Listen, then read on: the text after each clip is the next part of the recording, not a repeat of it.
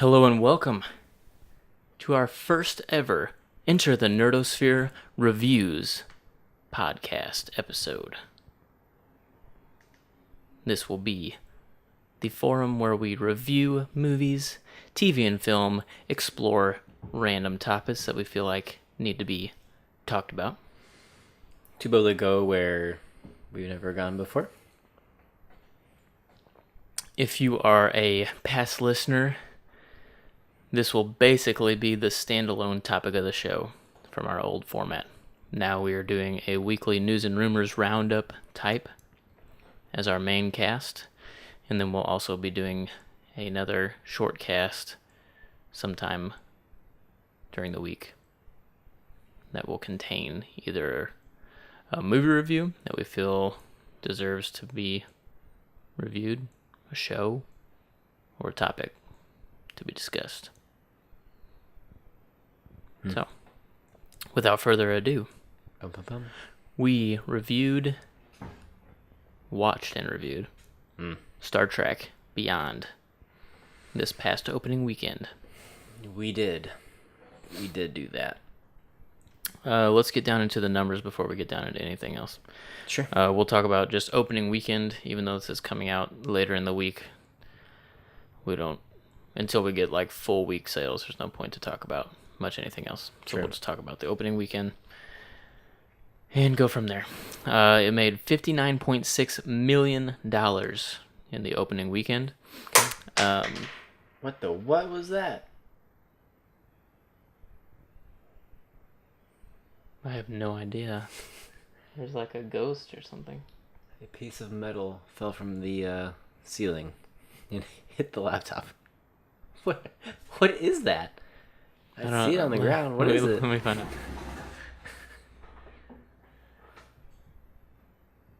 It's hot. What? Okay, it must have come from the...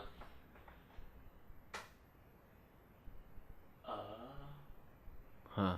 Is your fan about to fall and everything? No, this is like... See how this is right here? Oh, okay. Where you pull the chain? It's like the other chain, but it broke, I guess. But no one was touching it. I know. Okay. Anyways, back to Star Trek. As my ceiling fan falls apart above our heads. $59.6 million opening weekend. Let's compare that to the other two rebooted movies. Okay.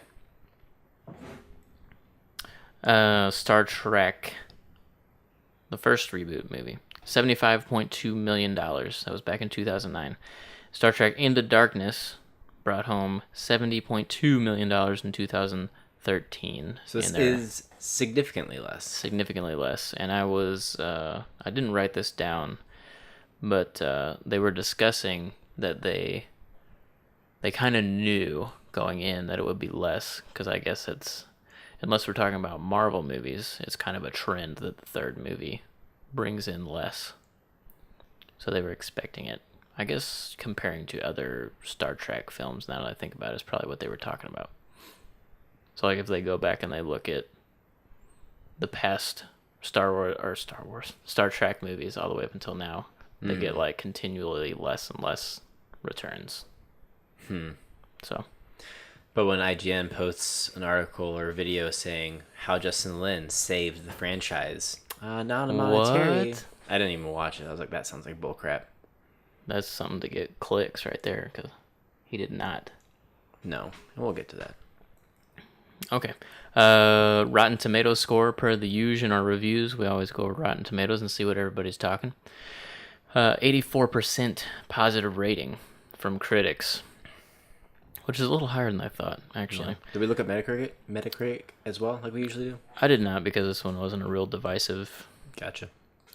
86% audience score on Rotten Tomatoes. So the audience and critics pretty much agree on this one. Mm-hmm. Well, that it was a B. While the Preston brothers stand on the... A little bit of trivia before we get into our actual review. There have been 13 Star Trek movies since 1979. this rivals in amount of movies and time. Being alive. Yeah, being a movie franchise. Sure. Rivals only James Bond. That's actually pretty cool information. Mm-hmm. So, with that out of the way, let's get into the movie itself and what we liked. Why don't you go ahead and start? Okay, so what I liked. Yeah. What I liked about the movie, immediately walking away, was that it very much felt like an ensemble film. I felt like everyone, all of the main crew members, seemed to have a good and appropriate amount of screen time doing their own sort of thing, or having their own time to shine, where the other two Star Trek films, although I really like all of the characters, they more or less feel like a Captain Kirk Spock film with strong supporting cast. So there was a lot, like just as much screen time as Kirk as like Dr. McCoy and Chekhov and Sulu. And even, funny enough, it seemed like Uhura even kind of took a step back in this one to maybe let some of the other guys shine. Because playing off your Captain Kirk and Spock movies, like they were kind of like the main characters basically in the last two, and then Uhura was like the supporting character. Yeah. So it's almost like all three of them kind of took a step to the side as far as screen time and focus, so that the other crew members could step up. Just a funny little jab at Simon Pegg. You and I talked about this. You can kind of tell that he wrote the script. Yeah. Because Scotty shined a little bit more than Scotty normally would. Yeah. There were a few points in the movie that it actually took me out of the movie, and that's never a good sign. Right. When I actually am not fully engrossed in the movie and I think about something like, you wrote this scene. Yeah. You did this. Yeah. I see you, Simon Pegg.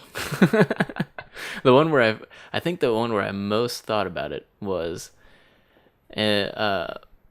when he gets into that torpedo and flies himself to the surface, uses a torpedo as an escape pod, like remote controlling it from the inside. Right. And then he like crashes and he like gets out and jumps like right at the last second, and then grabs onto this 1,000-foot cliff edge like with one hand is hanging there. And I was like, Simon, I know you wrote this movie. Trying to get himself a little action beat. Yeah. Scotty can be an action star. So, but that's the first part where I thought that. Anyways.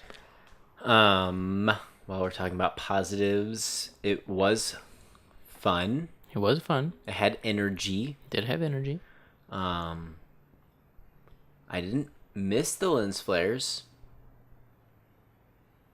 He had started toning those down though, because his wife told him. No, Into Darkness had way more. Did it? Yeah. You should watch it again. It's got a lot. Maybe I'm thinking of his time on Star Wars. I'm trying to think of when that quote came out. Because JJ's wife finally told him, you might want to quit. He said that. It must have been in a Star Wars interview, because there's no lens flares in Star Wars. Yeah.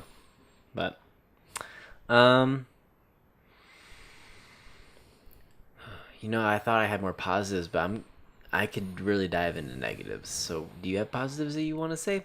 I mean, you touched on all of them. The effects were really good. They were. I loved the way Warp looked in this movie. That was cool. I really liked the way JJ did it in his two movies, where it was like a boom, and then it like kind of bent space like towards it, but then that's all we really saw. Kind of something from Star Trek that's almost a staple is like them just being in warp. Just being in warp and seeing what that's like, and it was really neat to see. It's kind of like rippling. It was like rippling, almost looked like sound waves through liquid, like a bullet being shot. And you're seeing bullet time. Yeah, and then I don't know. That was just a really cool shot. I like that a lot. So, I didn't hate Rihanna's character. Rihanna's not in the movie. Isn't that Rihanna? No, that's the girl from Kingsman. Oh, is it? Samuel L. Jackson's. Where did I get that from? Well, because she has the song. Yeah. For the movie. Anyways, that, Whoa. yeah. I liked their new uniforms. Usually in a Star Trek movie, their uniforms always slightly change some capacity. I kind of liked the way they looked in this one. I liked the way the high collar worked. Yeah. Where did they change? I guess we can get into that with our typical movie trope part that we're going to get into. But they get into their escape pods in their normal suits, and then they land, They change into and they have tactical gear on, but maybe it's just maybe it's just in the escape pod. just like change them for them. No, like maybe they have like spare clothes or some like tactical stuff in escape pods, And they just didn't show them changing as clothes. a contingency plan. Yeah, I guess. Still. Any other positives? I feel like I'm scraping at the bottom of the barrel right now. I really want people to know that I walked away and I liked it. I would give it a 7 out of 10. It's not bad, but it's the overwhelming negative things you're going to hear me say about this movie over positives is because I expect more, and it can be more. That's where this is coming from. I think for me, the root of it is it's even less of a Star Trek film, I think, than the JJ Abrams films, which the major flack that JJ Abrams got, which wasn't much, was that he quote-unquote Star Warsified. Made it a Star Wars fantasy instead of science fiction. Right. And I think this takes it even further in that direction, in my opinion. But one other thing I liked, the bad guys' ships. Those were really cool. I loved how they didn't use any phasers. They were just like dense, what we've come to find out is mining vehicles, so they just ran through everything. I thought that was awesome. That was cool. Gave a little bit of a diverse flair to the space combat. Right. Okay, so since we're basically dragging this out now, let's get into some of our points that we wanted to make sure we go over. What we didn't like? Or is that to come? Well, I mean, we're getting into it. Okay. Let's get into our point that you could tell this was done by a Fast and the Furious director. Go. Do it. Say something. No dead air. Talk. Very shallow film. Yeah. Zero density. Zero density. Especially when you're talking about a franchise that is supposed to be about culture. Not just science fiction, but Gene Roddenberry with Star Trek was always trying to push the boundaries of like I'm saying of culture. It's supposed to just feel more than just like an action flick. Yeah. There's supposed to be challenging ideals of like, for the sake of good. Yeah, when you really think back, now that that's actually the perfect phrasing, I think, because you think back to even like the Next Generation movies and stuff, they all somehow encompassed challenging something. It's supposed to make you think about something. Right. Even the stuff that had to do with the Borg, like made you think about things. Like, what's better? Is it better to be just to surrender to like a hive mind type mentality, or is it better to like fight back for freedom? And right, there should be some sort of concrete theme. Right, and this movie was definitely just an adventure. Yeah, which for an episode that's okay. Yeah, but for a movie, it's not.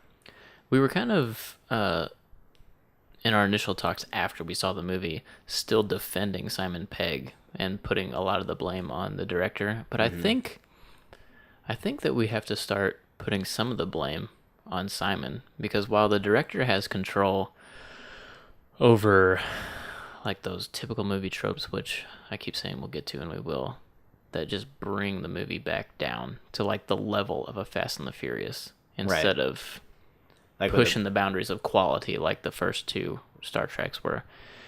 But it doesn't seem to me like this director had as much creative control as a lot of directors have more and more nowadays, because Simon Pegg completely wrote the screenplay and was really involved with the story. So as far as it being shallow, I really think that lies on Simon Pegg. Yeah, that's true too. So, but I mean, when you're comparing movies and TV, the credit on TV goes to the showrunners and like the writers, and with movies, the credit goes to the director. So I mean, like, kind of like at the end of the day, it's still supposed to be the director's vision. But I see what you're saying. Like, I do think we need to start as an audience calibrating what it means when someone's attached. Like, oh, like this director who's awesome is attached to direct this movie, but we need to also start looking at who's writing the movie, because that can make or break. Yeah, it can. But like I said, even more and more nowadays, you get into movies where the directors are so involved with every aspect that there's no point. But in this instance, and other instances, I think it's fair to note. So since you brought up the movie tropes, yeah, I think the one that immediately comes to my mind was when they're trying to reach terminal velocity with the ship to get it out of the atmosphere, which, first of all, they make mention, Captain, this ship can't break the atmosphere because they call it a starship for a reason. It was built in space. It's not designed to do that. It's not designed to enter or exit atmospheres. It can't do it. But we have to do it. Oh, okay. Let's drive the ship off a cliff and hit over dozens of rock mountains, crashing onto the ship, and then it'll break out. It'll break the atmosphere. But while they're trying to break terminal velocity, the ship falls out of frame, and then a second later, comes back up in frame, whoosh, into the sky, and the whole audience for that moment goes, "Whoa!" No one did that. You want to know why? Because probably some people did that the first time that was done in a movie, and no one has done it since. Yeah, it's just a super typical thing that type of repetitively used scene should not be in movies anymore. No. And we hold movies to a higher standard nowadays. And I think we could get into a whole discussion about like how Hollywood is not has no real knowledge of where the audience is nowadays, because the audience is way smarter than Hollywood gives us credit for. Right. But I mean, that's kind of one of the things that Hollywood does. They like do these typical movie trope scenes. Ship falls out of frame, and it's like, are you doing that because it's typical and you've seen it done before, or are you doing it to really try to get us like to care? Because guess what? We all know it's not going to crash and burn because every main character is on that ship. Yeah. It'd be one thing if you're like almost doing like a Game of Thrones, like, I'm going to change the game. Yeah. And you do the scene, and then they all die. Smoke comes up. And it's like, this is where we introduce a new cast. Like, oh, okay. Now that would be like, what? What? Yeah. So, another typical movie trope thing that just really, Does it grind your gears? It grinds my gears.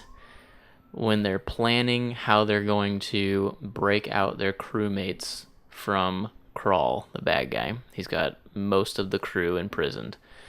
Kirk and his limited team are planning. How are we going to break them out? They're sitting / standing around a small circle table, and they're all talking at the same time and coming up with a plan together as everyone like moves, stands up, points, blah blah blah. Let's camera rotating around the table the entire time while everyone's talking at the same time and coming up with a plan. Stop it. That's not how people plan. No. It's just so annoying.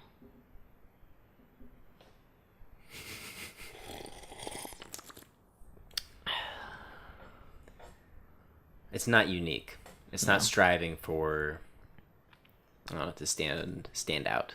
amongst the rest.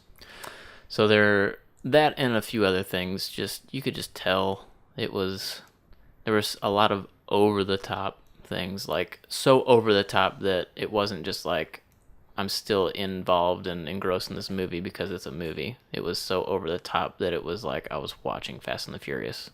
It was that over the top dumbed down, sometimes. shallow popcorn flick. Yeah. A Star Trek movie should not be something that feels like a average run-of-the-mill action movie. Mm-hmm. That is not what it's supposed to be, a Star Trek film. And that to me was this movie. Star Trek should be slower paced. It was too fast. It should be, whereas Star Wars, for example, is like more of your let's shoot first, ask questions later type mentality. Star Trek is the opposite. Let's think about things. Let's strategize. Let's try to resolve this without using violence, but we will defend ourselves if necessary. And that's a very key point, because when Gene Roddenberry started Star Trek, it was very important for him to convey a future where typical conflicts that would be in a story of present day no longer existed, if that makes any sense. Yeah. Like it is peace first, because we live in a world, a universe, a galaxy of peace. Yeah. So it's how do we strategically do this? Yeah. And that was not in this movie. Right. So even more so, when you compare how the ships fight in Star Trek versus Star Wars, for instance, Star Wars is dogfighting, Star Trek is submarine warfare. Just bring more light that it's supposed to be more strategy than just like flash and flare and gunpowder. Yeah. Because really up until this movie, it's not about, like you said, dogfighting little ships. Mm-hmm. Like that was what was unique about this bad guy. He had like millions of little ships. Millions. But it's like big submarine warfare is a good way, but like also like think battleship. Mm-hmm. Like you just have big starships strategically like fighting each other when that's the case. Right.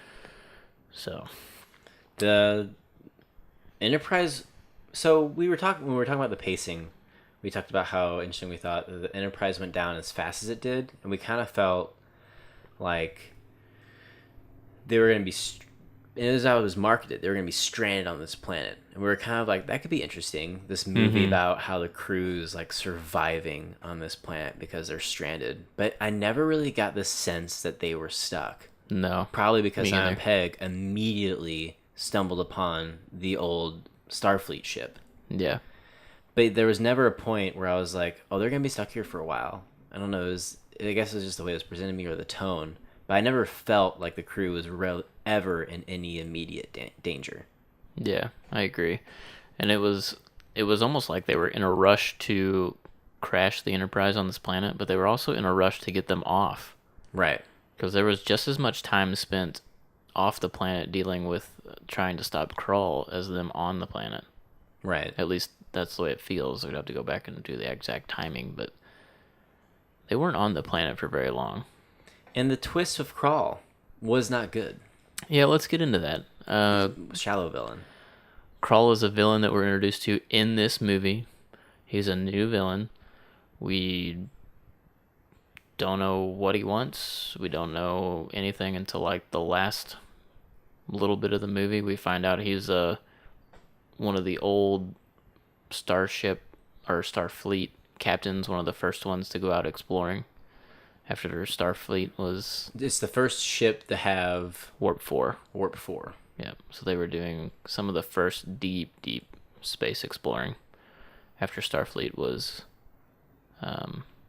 founded. So he stumbles across... They get stranded on the planet. That's the focal point of the movie. And find some technology that lets them live longer.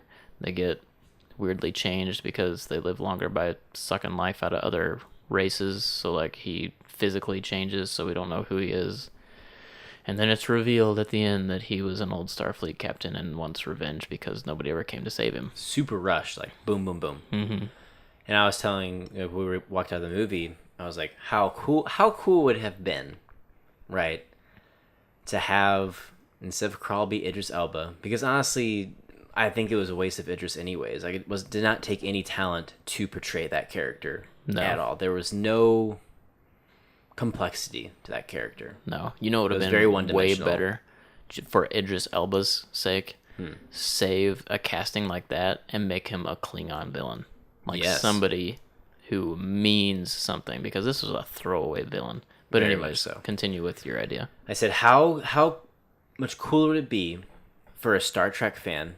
And this would have had the exact same effect for someone who didn't like Star Trek. Would it? Yeah, it would have had the same effect that this villain had already on the normal moviegoer. However, it would add an even deeper layer for anyone who's a fan of Star Trek or cared enough to look up the Easter eggs. So since we're already discussing that this was the first ship to reach Warp 4, why not dive into the Star Trek mythos and say they stumbled upon the original Enterprise and have Crawl be Scott Bakula? His captain from Star Trek Enterprise, the show. Like, that would have brought so much more just depth and meaning to the character, and would have just made a callback to the Star Trek lore. And that's immediately when they showed Idris. I was like, man, they could have made that Scott. And that would have been so awesome, and it would fit too. It would, because it would be like their last adventure, right? Because the show Starship Enterprise basically chronicles the first Enterprise to go out into deep space, has warp capabilities, and it shows them make the alliance with the Vulcans and a couple other people. It's basically the birth of Starfleet, because they're the first to go way out. Earth's no longer warring with itself. They decide it's time to explore the galaxy, and that this ship is their mission is to go out and find other races and establish diplomatic ties.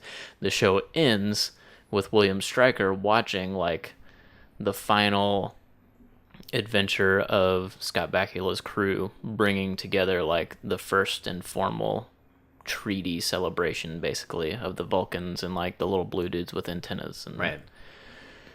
So who's to say that their adventures ended there? True. Scott Bakula's, send me back out. I'll go back out and find some more people, and then they never return. Yeah, that would just be. I was all over that idea when you said that. And again, we'll come back to our slogan we've been saying later. Pay me half. It would have been so much cooler. Yeah. I feel like there was something else that I was going to say along those lines, but now I can't think. Well, we can go from this right into, if you're not going to do something like that, where was the Klingons? Where was the Romulans? We are in prime. I was telling you this right after the movie. The place that we're in right now in the timeline is prime time tension for the Klingon Empire and the Romulan Empire. Oh, that's what I was going to bring up, was since they discussed what did they have to navigate through? What was it called? It was a nebula. The nebula. I wanted to make sure that we discussed, since they had addressed the nebula, where this really truly is in the 5-year mission, because the show is supposed to be about the 5-year mission the Enterprise took, but the show takes place after the nebula, because they're, like you said, they're so in the original TV show, they are way out there. They are beyond, when they come back to refuel, they're coming back to refuel. So they're when this movie ends and they're saying we're going back out there, that to me that's when the true synchronization with the original Star Trek show occurs. Right. Because they still weren't that far out. They were doing a 5-year mission in space, but it was more doing diplomatic stuff instead of exploring, and that seems like that's where they're going to now after this movie. Which is disappointing, because that's what the whole Easter egg ending of Into Darkness was supposed to be about. We're starting the 5-year journey. We're like, oh, sweet. Now it's we're getting into what the show is about. But not really. No. But anyways, you were saying that. But yeah, we're introduced briefly to Klingons in Into Darkness. We know, based on the old timeline, that things are tense with the Klingon Empire. Right. The average moviegoer probably wouldn't know that much about it, but if you're a Star Trek fan, you do. There is peace, quote unquote peace, with the Romulan Empire, but it's more of a, here's a huge wide neutral zone. Neither one of us cross that neutral zone, and neither one of us even thinks about communicating with each other. So why not do something like that? There was plenty of times in the show where like the Romulans kind of like test the waters a little bit and send like one or two ships into our territory because they have the cloaking technology. And how cool would that have been to do something? I mean, I know technically what's his face was Romulan. Nero, so what you're dancing around is what we've discussed, where Star Trek needs to, for the sake of its own preservation and for us as the moviegoers who are expecting something more dense, needs to get away from the one villain, big into the world device trope. They need to start diving into bigger scope things. You know, we had the first movie had a big baddie with a huge device, but that was its purpose was to reboot and restart everything. You had Nero. It accomplished its goal. Right. That movie did not need to be. But it also it could have had a ripple effect in the culture of the new universe that has not been addressed. You had a Romulan zealot commit mass genocide. And we have not even discussed what the ramifications are for Starfleet to go, hey, he was Romulan. Yeah. Or we're even going after you or something. What would be even more believable than that? Because I think at this point we're assuming that all of Starfleet just knows that he was from the future and blah, blah, blah, blah, blah. But Romulus, how come? Because you know they're watching, because they always are. In the show, they always were. Even if they believed or knew that Nero was from the future, you think that the Romulan Empire would take kindly to, especially the Romulan Empire of this current state. Right. You think they would take kindly to one of their own being destroyed? Doubt it. Yeah. You had the second movie have a big bad, but that made sense because it was just it was telling the symmetry of Khan. So, you know, the first movie, the timeline's been altered, but it's to show that this crew of people are just always destined to be together. It's just their adventures now are going to be a little bit different. Yeah. And then you have Khan, that villain in these people's lives, that's always destined to happen, but it's going to have different parallels. Mm-hmm. So it was okay that they had another big bad. But we don't have a companion series for this new timeline. It's just movies. And there are, I mean, granted, there are certain stories that can only be told in TV and not in films, but we need something more. You've created a brand new timeline with new interactions of these cultures and these races, and you're just going to have a, like you've called earlier, a throwaway villain? Yeah. Like you said, we are in prime time to have some sort of like epic event where the Klingons and the Romulans fight for power or something. Yeah. There's just, this point in Starfleet's history is full of easy to explore conflict and easy to explore lore. Yeah. And I just feel like something with the Klingons, who were already teased, and even, like I said, something with the Romulans would just be so awesome. Because in the original TV show, when they first encounter this Romulan ship that's like, I don't even remember what he was doing, but he, for whatever reason, was in Starfleet's territory, and Kirk being Kirk was like, they responded to the distress calls and like fought this ship and even chased it into the neutral zone, risking like all that war with the Romulan Empire. But they were scared. Like, they were scared of it being a Romulan ship. And they actually, it had been so long because there's a peace, but it's like, we don't talk to you, you don't talk to us, this neutral zone is huge, do not enter it. Right.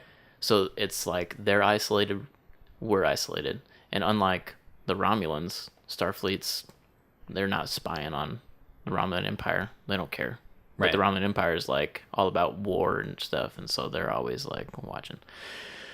Anyways, they were scared. First they had to figure out who they were, and when they figured out it was a Romulan ship, they were scared. And they felt like it's do or die. We have to destroy this ship to save Starfleet because it was going to return and like had information or start some conflict or something. Like, how cool would that be in the big screen in this new timeline to have something that epic? Man, just hearing you talk about it, I'm like, makes me want to go rewatch the show. Yeah, well, it's not that. I mean, no, because me describing it is way more epic than actually watching it. What we're doing is, yeah, because what you're doing is you're describing what happened conceptually, but when it's delivered, it is slow and dry, and yes, it's having an understanding of what is being given to you, right? But the way you're describing it here, with the way things are done today, that's how it would be presented. Is this like huge, epic, awesome thing? Seeing the Enterprise. Imagine the first third of the movie is them. Something was destroyed, and because they're deep in space, they're the ones who have to go first. Because that's basically what happened in the show. They were the closest.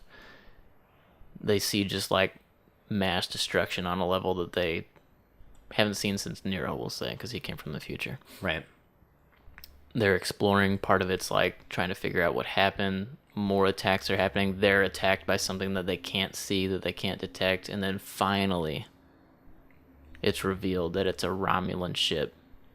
And then like almost make it a mystery thriller. Right. Start splicing up genres together when you're telling a story. Yeah. Make the audience feel the fear because the Romulan Empire would bring. Because you've said it, but I think something that maybe the casual moviegoer doesn't even really understand is this mission they're on in deep space. They're on their own. There should be a sense of isolation and anxiety and survival that is happening, because no one's coming to their aid. It's just them. Mm-hmm. So when trouble happens to them, it's a big deal. Yeah. And that's why the original show kind of developed these cliches of, we got to fix it no matter what. We got to give me more power, Scotty. Like all those things came out of that. Right. And that's again why I say that their true 5-year mission from the show isn't starting at least until after this movie, because they weren't isolated. No. They were traveling, restocking, doing all sorts of stuff. I mean, they played a little bit with Kirk feeling, being out here for so long, but it wasn't like they made it very obvious that they weren't out there by themselves for 5 years, because their 5-year journey isn't even over. They're just kind of like in it. Yeah. So I don't know. No, I think what we in Star Trek deserves is a movie that is more dense. Mm-hmm. We expect more. Yeah, and I think that's where this may sound like a really negative review. You go and watch the movie. You will like it. You will enjoy it. It is fun, but it does not deliver on the level that I think we expect now. Right. Not just, I think what it did was it delivered on Star Trek expectations of old. Yeah. We understand, like, kind of like when you were describing the Romulans, on a conceptual level, what Star Trek could be. And as movies and things have the ability to evolve and splice up genres like Marvel has been showing with like the Winter Soldier and stuff, it could just be so much more and be so cool. Yeah. And they just hold themselves back, and I don't understand why. I don't either. And clearly, on a monetary level, them dumbing it down for the average moviegoer didn't help them, because it made less money than the other two. Yeah. And to be honest, I was intrigued. You said it already. I was intrigued by them being stranded on a planet, but the marketing was heavy on, we're stranded on this planet. I didn't know what the movie was going to be about going into it. I thought it was going to be them stranded. And the only reason I went to go see it was because it was a Star Trek movie. I don't know that I would have went to go see if it was a nameless brand saying we just got stranded on this alien planet. I don't think I would have went to go see it. And couldn't the marketing made it to where we saw scenes of them on the planet, but not ever show them being stranded? Because how cool would it have been to go in that movie, and in the first 10 minutes, the Enterprise is destroyed, but you didn't know that. Yeah. You would have been like, what is happening right now? Because we went into it knowing that they were going to crash. Yeah. And then, honestly, I was disappointed that they crashed so quick. So if it was a surprise, it would have definitely hit different. So, and plus, I got a little annoyed with the whole Kirk trying to get out of the captain's chair, because in every Star Trek movie since the reboot, there has been an issue with Kirk getting out of the captain's chair and then getting put back in. It's like, can you just stop? Just make him the effing captain. Yeah. And just deal with it. It's a conflict that they don't need to keep bringing up. No. It's time to bring up some other stuff. Exactly. Like his father, which they made painfully obvious in this movie. That is... That's another thing that we could touch on real quick. We'll touch on it real quick. They made it painfully obvious that he is just distraught about living up to his father's image, which doesn't really make sense because, one, he never met him. Two, his father wasn't... While his last act was heroic, he wasn't even captain when he died. So he's haunted by what his father would have been in the alternate timeline. And then... in addition to that, he's haunted and distraught that he's not living up to what his father would have been. Yeah. So, but I'm sure we'll get all of that in the next movie. Because if you hadn't heard already, Chris Hemsworth is coming back. Chris Hemsworth's coming back. As his dad. And somehow they... Which probably means we will not be getting the movie we want with dealing with Klingons and Romulan. No, and it makes me wonder... My mind's really starting to go now. Like, where are they going to go with this? How are they going to get his dad? Well, even... Let's step past the why. How? So time travel is involved again. Has to be. Sure. Where do they get him at? Does Kirk figure out some way to time travel and goes back right before his dad dies and, like, saves him? Do they... Like, all of these things... Are they going to try to rewrite the timeline again? Which would be no point since they haven't really taken advantage of the timeline being fresh. But maybe now that Abrams is gone and his... I mean, he's not gone because he's still an EP, but maybe they're going to go back and, like, fix... Or maybe he's going to go back and try to fix things, and that's where the movie comes into play. I don't know. Just exploring ideas... that they've already explored, basically. Yeah. So, but we've already gone over the time that we discussed. And doggone it, whoever's in that costume department, Spock's wearing a wig. He's wearing a bad wig. A bad, like, Party City wig. It's bad. I could not stand every time he was on screen. His hair looked so bad. It's really bad. Honestly, the entire time he was on screen by himself, I was thinking, how did they make his hair look that way? It reminded me on the first Star Trek movie, you could tell which scenes were filmed first because he still had a farmer's tan where his old eyebrow was. Yeah. It's like, put some foundation on that. What the heck? Yeah. So anyways, but yeah. We'll get out of here. It's 7 out of 10 is what I would give it. I would too. 7 out of 10. Go see it. You'll like it. Hopefully this doesn't turn you off from going to see it because Star Trek still deserves... support. It deserves your money. It is still worth seeing. However, we want to hold it to a higher standard, and it did not meet that higher standard. So that has been a Nerdosphere review. Stay tuned for more, and we'll see you next time.